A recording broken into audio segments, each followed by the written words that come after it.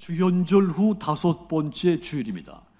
하나님 우리 아버지와 주 예수 그리스도로부터 은혜와 평강이 여러분들에게 있기를 주님의 이름으로 축원합니다. 소설가 알랭 드 보통이라는 사람이 불안이라고 하는 자기 책에서 삶이라고 하는 것은 불안을 떨쳐내고 새로운 불안을 맞아들이고 또다시 그것을 떨쳐내는 과정의 연속이다, 그런 말을 했습니다. 정말 그렇습니다. 여러분 주변을 둘러보시면 남녀노소를 막론하고 크고 작은 불안들 끊임없이 겪고 사는 것을 볼 수 있습니다. 내가 속한 집단에서 사랑받지 못할까 불안하고, 다른 사람에게 뒤처지지 않을까 불안하고, 내가 어떤 일을 시작했는데 이 일이 실패하지 않을까 두려워하고, 병에 걸릴까 불안해하는 사람들이 많습니다. 물론 이런 불안은 성공을 위한 걸음이 될 수도 있습니다. 적당한 불안과 염려는 현재를 열심히 살게 하는 추동력이 될 수 있기도 하기 때문이죠. 하지만 여러분, 이 불안의 문제를 성공적으로 해결했다고 해서 불안 자체가 완전히 사라지는 것이 아닙니다. 지금의 불안은 또 다른 불안으로 대체되기 마련입니다. 그렇다면 여러분, 우리의 이 불안을 완전히 지울 수가 없다면 우리는 어찌 살아야 되겠습니까? 이 질문에 답할 수 있는 분, 이 세상에 오직 한 분뿐이십니다. 예수 그리스도, 그분 한 분밖에 없습니다. 그래서 우리가 지금 이 시대 다시금 그 예수님을 바라보고 의지해야 되는 겁니다. 그렇다면 여러분, 우리가 지금 다시 바라봐야 하고 또 전파해야 할 그 예수님, 나와 이 세상에 어떤 분이실까요? 왜 우리가 다시 그 예수님을 바라봐야 됩니까? 그분은 나의 치료자이시기 때문입니다. 그래서 예수님을 다시 바라보아야 됩니다. 인간을 약하게 하는 것 가운데 많은 것이 있지만 그 중에 하나가 질병입니다. 누구든지 태어나는 순간부터 하나님의 나라에 갈 때까지 수많은 질병과 싸우게 마련입니다. 쉽게 이길 수 있는 질병에 걸리기도 하지만 극복하기 힘든 질병에 걸리기도 하죠. 질병 중에는 마음의 병도 있습니다. 물론 신앙이 병들 때도 있습니다. 문제는 이 질병들을 우리 스스로 해결할 수가 없다는 사실입니다. 그래서 나의 치료자이신 예수님을 다시 바라보아야 되는 겁니다. 치료자 되시는 주님을 만나야 되는 겁니다. 오늘 본문에 보면 예수님께서 휘당에서 나와 야고보와 요한과 함께 시몬과 안드레의 집에 들어가셨습니다. 그곳에는 시몬의 장모가 열병에 걸려 누워 있었다고 했습니다. 이 열병의 치명도가 어느 정도인지는 우리는 알 수 없습니다. 하지만 이 그녀가 거동하지 못하고 자리에 누워있는 모습을 상상한다면 그녀가 얼마나 두려움과 공포에 불안에 떨고 있었을까 짐작이 됩니다. 그녀가 두려움, 불안, 이 공포 속에 있을 때 예수님께서 그녀에게 걸어가신 것입니다. 그리고 그녀의 손을 잡아 일으키셨습니다. 그 순간 의학적 상식이 허물어지는 기적이 일어난 겁니다. 마침내 아픈 여인이 치유가 된 것입니다. 예수님의 기적을 경험한 그녀, 즉시 일어나서 예수님을 섬기게 됐습니다.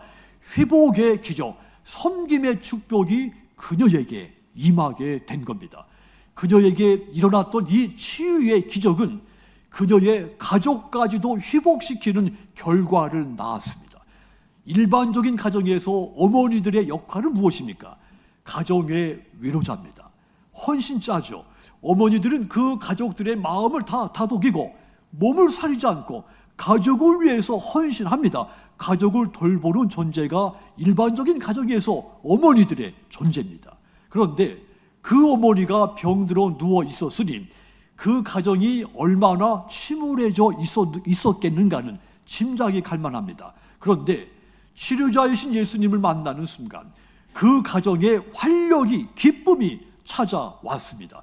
그렇습니다. 치료자이신 예수님을 만나면 모든 질병에서 노임을 받을 뿐만 아니라 가정이 회복되는 역사가 일어나는 겁니다.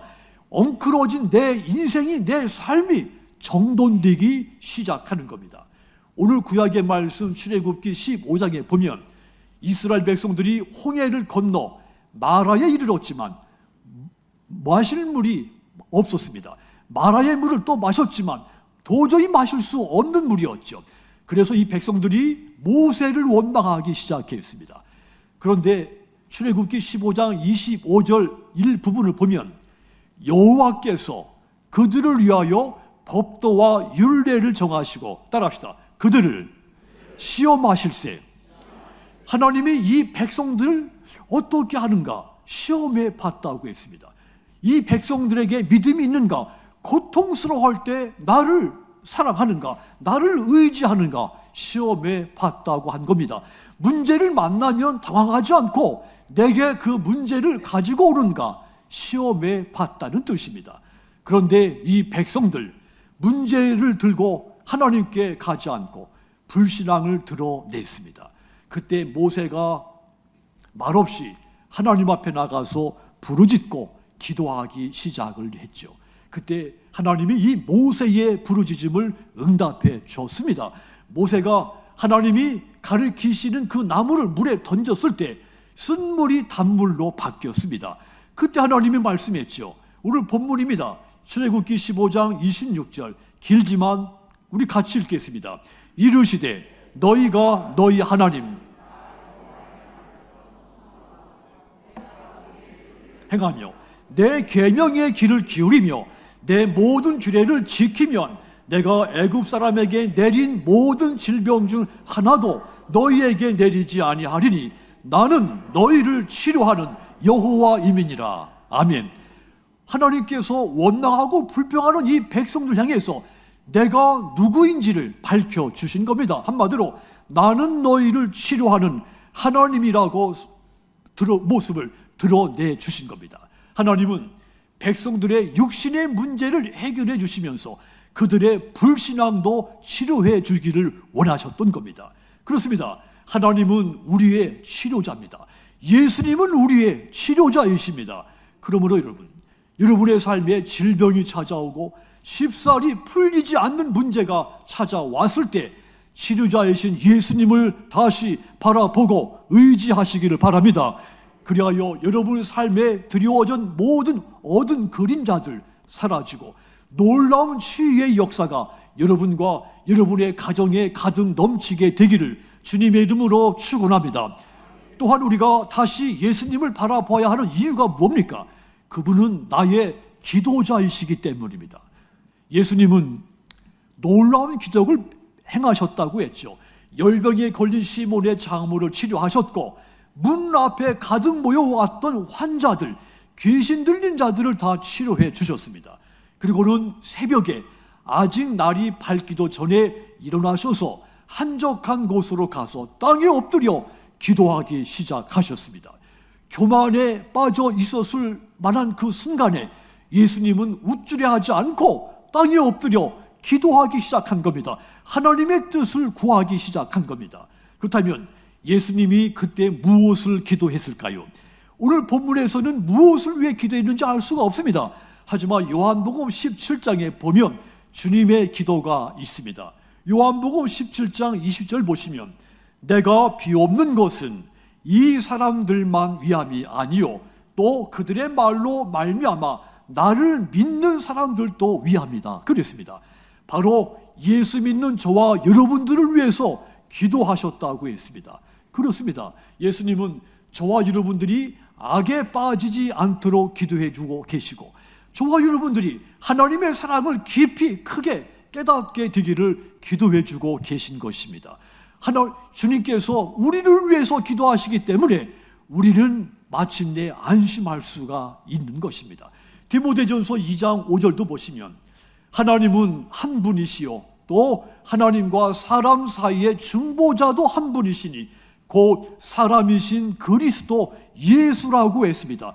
하나님, 우리를 구원하시기 위해서 하나님과 사람 사이의 중보자 되시기 위해서 독생자 예수님을 우리에게 보내셨고 그분은 지금도 쉬지 않고 저와 여러분을 위해서 중보하며 기도하고 계신 것입니다.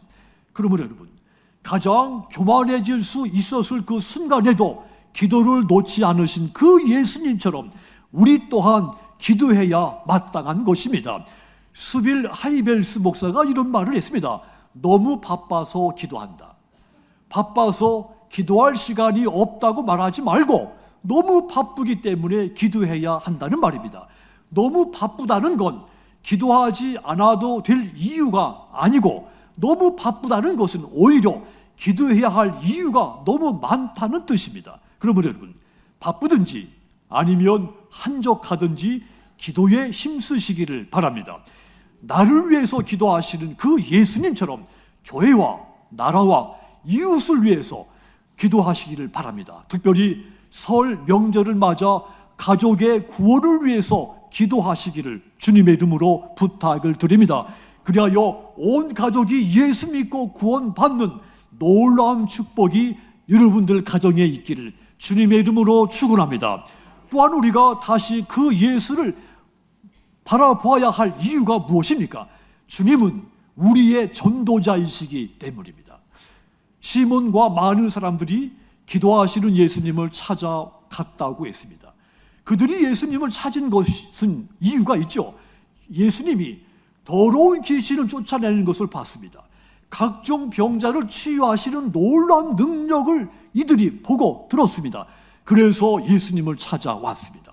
하지만 예수님은 이 엄청난 유명세, 많은 사람들이 예수님이 그 행하신 기적 앞에서 많은 사람들이 환호하고 환성을 지르는 그 순간에 예수님은 무엇을 하십니까? 마가복음 1장 38절 보시면 이르시되 우리가 다른 가까운 마을로 가자. 거기서도 전도하리니 내가 이를 위해서 왔노라 하시고 그랬습니다. 놀랍습니다. 예수님의 사역, 그 유명세를 타고 더 자신을 드러내고 싶은 욕망이 있었을 텐데 그 욕망을 절제하고 다시 다른 곳에 가서 하나님의 나라의 이 복음을 전하기로 떠나신 겁니다. 전도하는 일에 예수님의 사역에 초점이 맞춰져 있었다는 뜻입니다. 그렇게 예수님은 온 갈릴리에 다니면서 복음을 전파하신 겁니다. 그래서 우리가 나에게까지 복음이 전파됐고 내가 그 복음을 듣고 예수를 알고 예수를 믿어서 구원받게 된 것입니다. 디모데후서 4장 2절 보시면 너는 말씀을 전파하라. 때를 얻든지 못 얻든지 항상 힘쓰라. 범사에 오래 참음과 가르침으로 경책하며 경계하며 따라합시다. 권하라. 언제든지 말씀을 전파하라. 말씀을 권하라. 그러므로 여러분, 하나님의 나라를 선포하신 이 예수님처럼 때를 얻든지 때를 얻지 못하든지 힘써 이 구원의 복음, 예수님의 십자가 복음을 전하시기를 바랍니다. 특별히 이번 설 명절에 여러분의 가족, 여러분의 친족들에게 복음을 전하십시오. 하여 여러분의 가족과 수많은 영혼들이 예수 믿고 구원받게 되기를 주님의 이름으로 축원합니다. 사랑하는 성도 여러분, 우리가 이 불신앙의 시대 속에서 다시 바라보아야 할 분, 오직 예수님 한 분이라고 했습니다.